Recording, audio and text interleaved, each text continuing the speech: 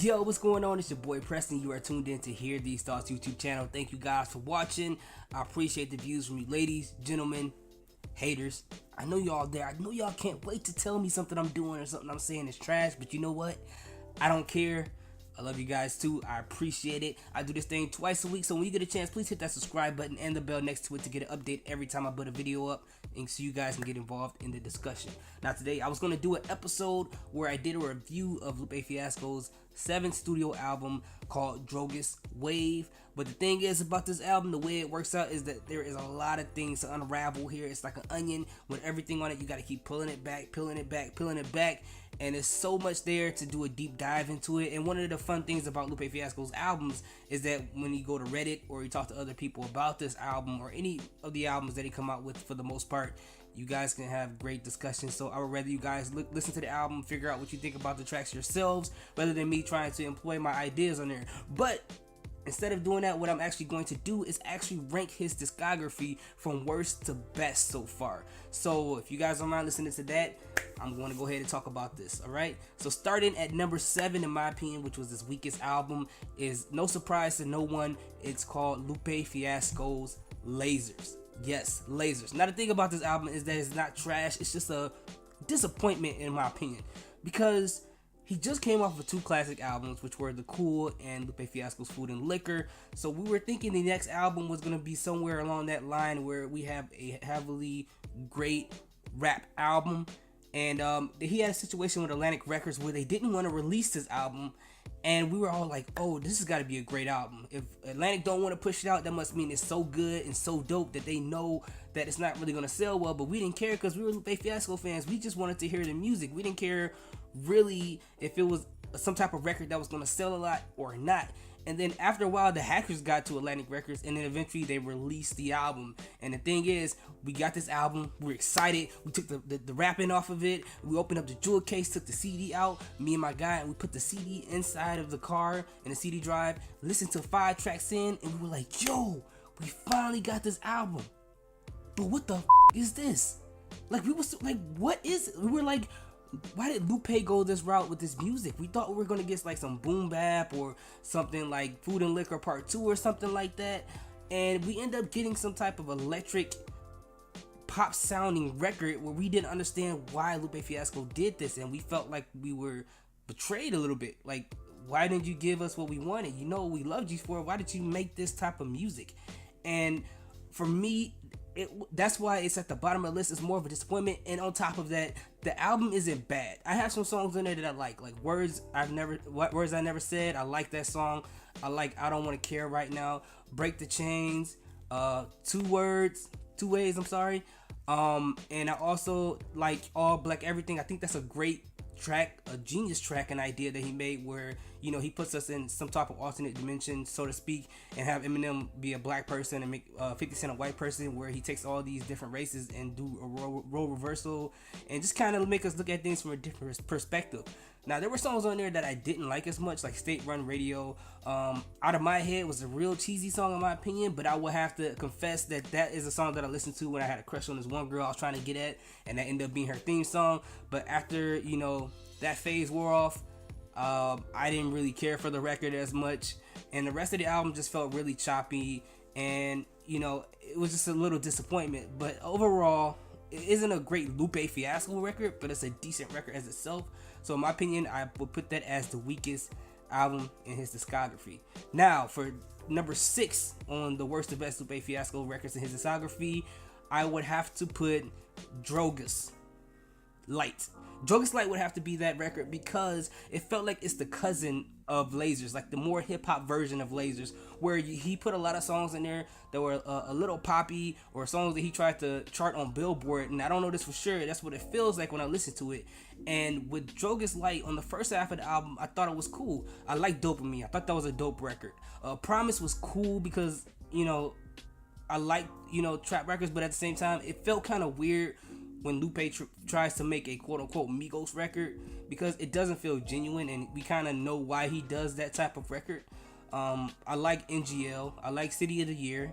And Tranquilo, I like that song as well. I like Wild Child. And the rest of it was cool. It just felt really choppy after that, the first half of the album. Like, There were good to cool songs on there, but it didn't mesh well like a normal Lupe Fiasco record does as a body of work. It just felt like it was a bunch of singles put on an album. But the lyrics here were dope. What he tried to do here was dope. I understand where he was coming from, but this isn't the Lupe I was really looking for when this album came out. And like I said, the cohesiveness there lacked. And just like Lasers, it felt like the songs on here were just for moments. It wasn't anything there that really stuck with me over time like a normal Lupe Fiasco record would on here or on Laser. So for this one, I would say it's a hairline better than Laser because it wasn't as electric or as electronic as Lasers was. But either or, I think you could flip either or album in whichever order you want to, depending on how you feel. So that's going to be my number 6 album on the discography, Lupe Fiasco's Drogas Light. Now, for number 5 on the list of Lupe Fiasco albums, I would have to put this album on here. It's called Lupe Fiasco's Food and Liquor 2. The Great American Rap Album. See, I was about to have a heart attack. The Great American Rap Album, I would have to put at number 5. They had some dope songs on here, in my personal opinion. And like a couple I can name is Autobahn Ballroom or Ital Roses or Strange Fruition. I can put Hands High on there because he's rapping like crazy on there. But there are also some records on here that I wasn't feeling a lot. I would have to put like Bitch Bad. I thought it was cool. I didn't really care for the beat. It was just it felt kind of off. Lamborghini Angels was cool too, but I love the concept on that record. But the beat on there wasn't that great either. And Battle Scars, even though I love that song with the guy Sebastian in the entirety of the album, it just felt like it was misplaced. It felt like it wasn't supposed to be there. But overall, as a body of work, is solid. It was a good feeling to get this because after being disappointed by Lasers, I was like, yo, I'm glad that Lupe is returning to form and even making an attempt. But I think a problem with it too is naming it Food and Liquor Part 2, which as a fan of Lupe Fiasco, it probably put some pressure on the album that it shouldn't have had. I would hope he would have rather named it something else, but it's too late now. Hindsight's 2020. And this album also felt like that he was just preaching at people, taking his ideas and thoughts and just hitting people over the head with it over and over and over. Because in most cases, Lupe Fiasco with music, he always plays with nuances. Like, he shows you what could go wrong, he shows you what can go right. He gives both of them to you and tell you, you know what, you can have both. You figure it out with your own mind. You use your own brain to figure out what's good and bad. But all I can do is show you what's going on. You choose what you want to do. On this album, more of it felt like, this is wrong. If you're okay with this, you're wrong. Whatever they did, they're wrong, and they're wrong, and they're wrong. And if you're not on my side about it, you're wrong. So it felt like he was just attacking people, like Lamborghini Angels.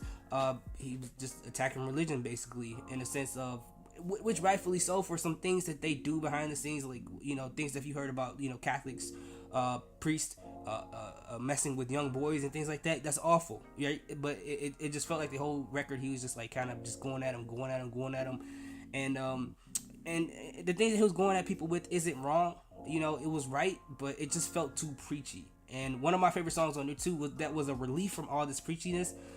Even though there were some in there, it just didn't feel like it was too hitting me over the head with it.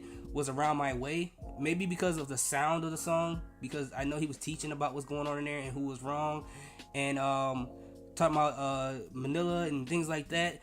So for me, this album has to be at number 5 in Lupe Fiasco's discography. It's not a terrible album, it's a solid album, but Lupe Fiasco has done better, in my opinion. All right, so number 4 in his discography, and a lot of people are gonna be upset with me about this because a lot of people feels like this album is a masterpiece. And I would say this: the things that are going to be in my top 4 in this list here, you can revolve them in any way or fashion you want to, and I will not be mad at that because I completely understand. All 4 of these albums are dope, and for me, I revise this list at least 20 to 30 times, and it changes every single time. The last 3 I just named right now, they can go whatever order you want to go them in, but these top 4, they move around depending on, how I feel and stuff like that, because I've listened to these albums over and over.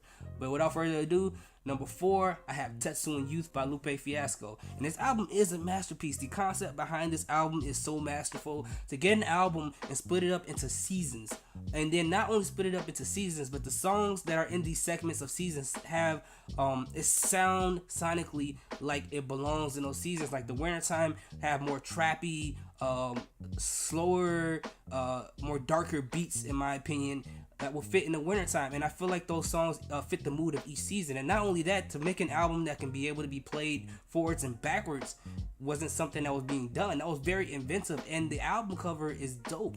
And I think it was amazing that the fact that he didn't just put an album together and give it to us. I like the fact that he put some thought into the order of the album, how the album was set up.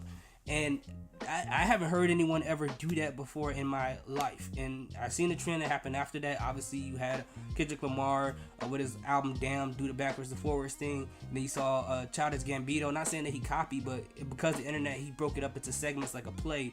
But Lupe Fiasco was the first that I've seen it. Now, with this record, the reason why I have it at number 4, there are great records here, but there's not enough records on here that I say I feel like I love enough to rank it higher. All the records on here is great. As a body of work, this album is great, but I don't have a lot of songs where I'm like, yo, I love that record, I have to get back to it. With Tattooing Youth, I feel like I have to listen to the entire album all together to really appreciate the work in its fullest, you know. There are some records here that I like a lot. Mural is one of them. Like, Lupe Fiasco is one of his most lyrical songs ever, and I think it's extremely dope. Most of the songs on the winter side I like a lot. Spring I felt was okay. Summer was dope, obviously, because it has Mural in there. But it's a great effort, a great album. And if you guys have this as your number 1, I'm not mad at you at all. I completely understand why you would feel that way about this record. Lupe Fiasco, Tattooing Youth, I have at number 4. Now, at number 3, I have this particular record, and it hurts my heart to have this record right here at number 3. It hurts to my very core of my heart because I love this record so much. This album, it has so much nostalgia in it, and you know, I lived a lot of my younger age listening to this album, and this album is Lupe Fiasco's Food and Liquor. Now, I get it, it's a classic record. It's definitely a classic record. One of the best first albums that I've heard as far as rappers go. One of my top albums of all time.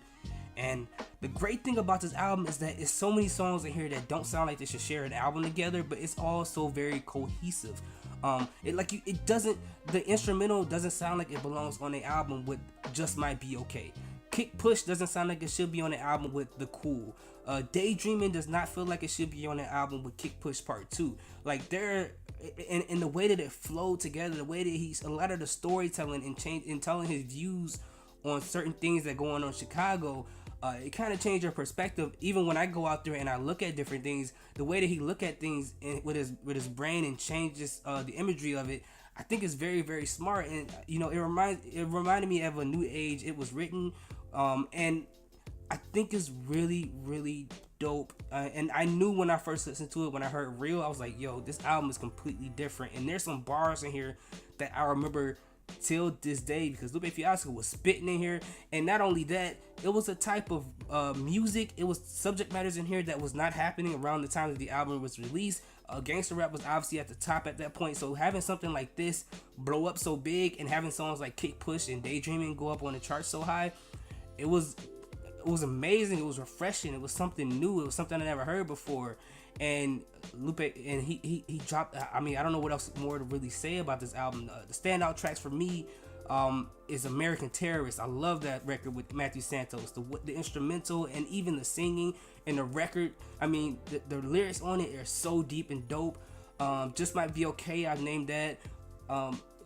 Hurts Me So, that record is so deep and dope. The Cool is so creative. I never heard anyone try to take that perspective on The Cool before. I like the Empire soundtrack, that's pretty cool. Kick Push Part 2 is dope. I mean, I'm gonna have to run through the entire album because the album is Daydreaming, turning a project building into a robot. That whole thing is dope. I've never heard that before. And I mean, what more can I say about this album? It's laid together perfectly.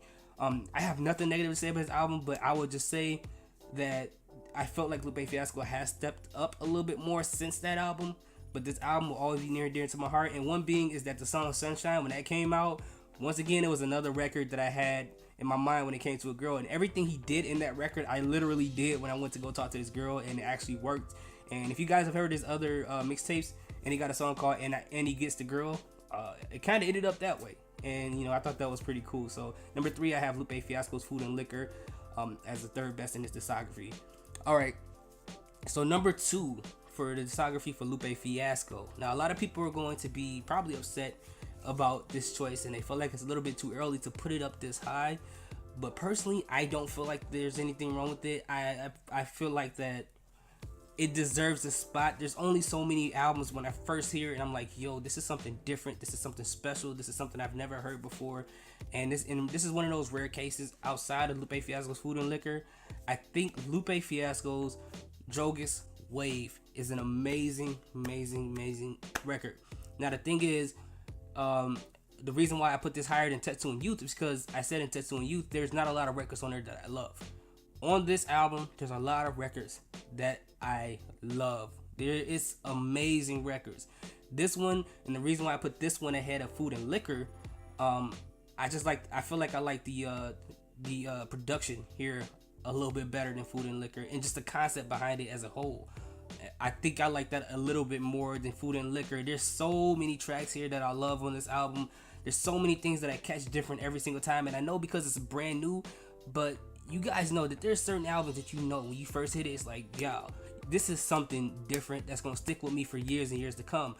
And I know when there's a record that I know is gonna be only good at the moment, and I'm not gonna be listening to it maybe 5-10 years from now. Like, I think Drake Scorpion is cool, but I'm not gonna be listening to it like I actually didn't keep listening to it either a month later. Like, that was it. Travis Scott, Astroworld, I'm probably gonna not be listening to it in the next probably month.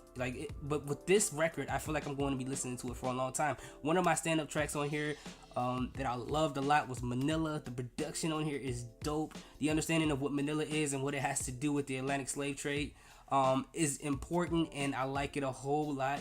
The song Sun God Sam and the California Drug Dealer, that track is dope. The song Imagine, when he talks about his problem with Atlantic Record and talking about what he went through when his best friend Chili went to prison, and the things, what he asking himself, would he ever do it over, would he all take it away? And I like the fact on the second verse where he sounds like, and he's rapping like the old Lupe Fiasco. It's like a flow that he's using on that second verse that he hasn't really been using as much anymore. And I felt like that's really dope. And it was to the point where I was wondering, I was like, did he actually cut out this verse from an old song and put it on here? Because he sounds like the old Lupe on that part. But overall, conceptually, this record is amazing. And I don't want to tell you exactly what's going on here. I would rather you guys go ahead and listen to it yourself and listen to the storyline that goes throughout the entire album. There's even one song that kind of threw me off a little bit when he rapped in Spanish. But when I understood exactly what he was rapping about, it fits well in here. You know, it was kind of different. I will admit to that. But as far as the album goes, it's man, it's phenomenal. It's a phenomenal record. You guys gotta check it out and let me know what you guys think about that. All right. So as number one, as my favorite Lupe Fiasco record of all time, is no surprise to many of us because there's only one record left if you understand his discography, is Lupe Fiasco's The Cool. This album conceptually is dope. It's still amazing to this day. First of all, the album cover. Let's get to that. I'm a big album cover person, and Lupe Fiasco has never failed me when it comes to making great album covers, outside of probably Lasers, which was pretty cool. But I appreciate packaging of albums. I appreciate designs of albums, and I think The Cool has one of the most amazing designs as far as when it comes to album covers, in my personal opinion.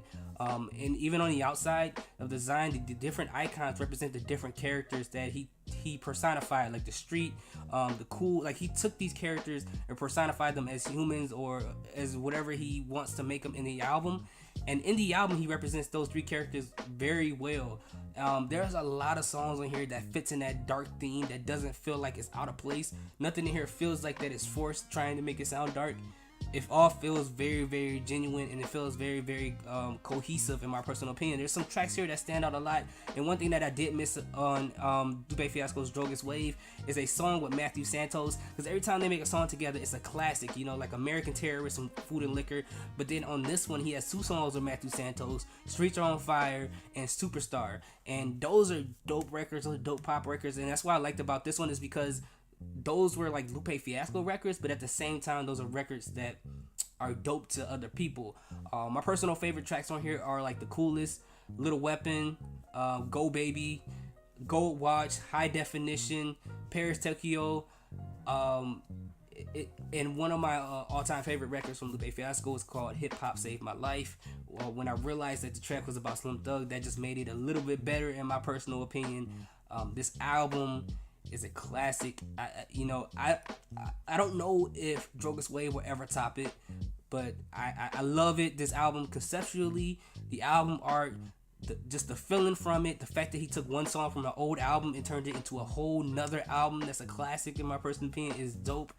Personifying everything into characters, it's just the album is so dope. The Game is a dope song. Like, it's just crazy how he did it. Intruder Alert is a really sad song. I love Free Chili. Free Chili is even though that was more of an interlude, but the beat behind it and just understanding the feeling that he wants to get his friend out of jail, I think it was put out perfectly. He didn't even have to turn that into an entire song for me to feel how he felt in that record. Go Go Gadget Flow was a dope record where he's just spitting and getting his bars off. It's so much on this record. It's so deep. And for number one, this is my number one Lupe Fiasco record. Lupe Fiasco's The Cool. Let me know what y'all think in the comment section. Is my list ridiculous? Would y'all change it? Which way would y'all change the order of the albums? I thank you guys for watching. Salute. Have a good day.